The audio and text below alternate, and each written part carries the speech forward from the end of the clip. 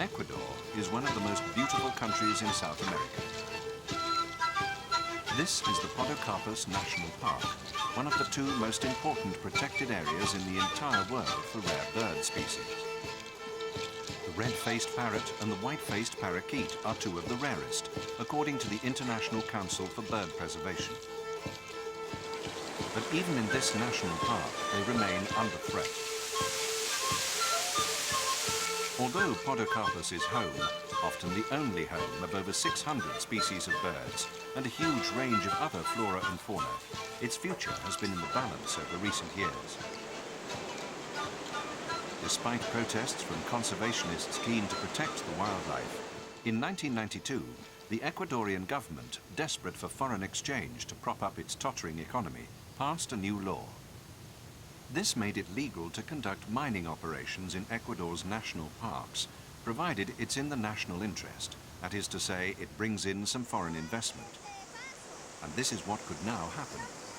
This is the village of Nambija, just 30 miles away from the park, and home to over 10,000 local people, all trying to make a living from mining and risking their lives in the process. They call this adit or tunnel mining. People simply dig into the hillside. Nobody uses roof supports. As a result, landslides are common. In May 1993, a single landslide killed over 300 people. And that's not the only danger. As part of the mining process, the gold is amalgamated with mercury. Prolonged contact with the contaminated water causes serious disorders of the central nervous system in later life. But these people seem unaware of the risks to their health. Podocarpus is relatively hard to reach, so few of the Nambija miners have traveled there. But they don't represent the biggest threat to Podocarpus's three seemingly tranquil climate zones. That comes from the foreign corporations given the green light by the Ecuadorian government. A Norwegian company called Equinor was the first to begin putting the infrastructure in place to support a major mining operation. And as soon as there was a road, a number of enterprising local miners used it to gain access for themselves. Ecuador is one of the poorest countries in South America, and the town of Loja, just outside the park, is no exception to the rule. But despite this, a group of young local people have come together to try to save the Podocarpus from the mining threat. The organization they founded is called Arcoiris, which means rainbow. Most of their activities are local. Here they're visiting a local school to tell the pupils about the environmental problems facing the area. But they've also become part of an international campaign as well. In early 1992, a group of young British scientists from the Imperial College of Science in London got in touch. They had formed a group called Parrots in Peril and were keen to try and help the fight for Podocarpus.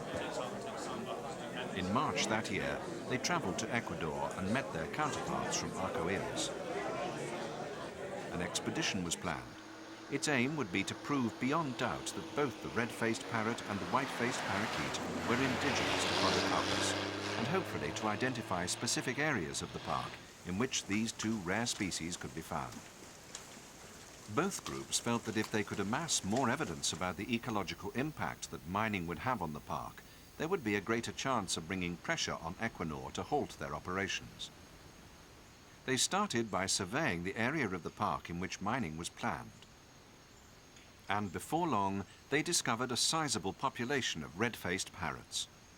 With such tangible evidence of the ecological value of the area, they decided to mount a campaign to change Equinor's mining policies.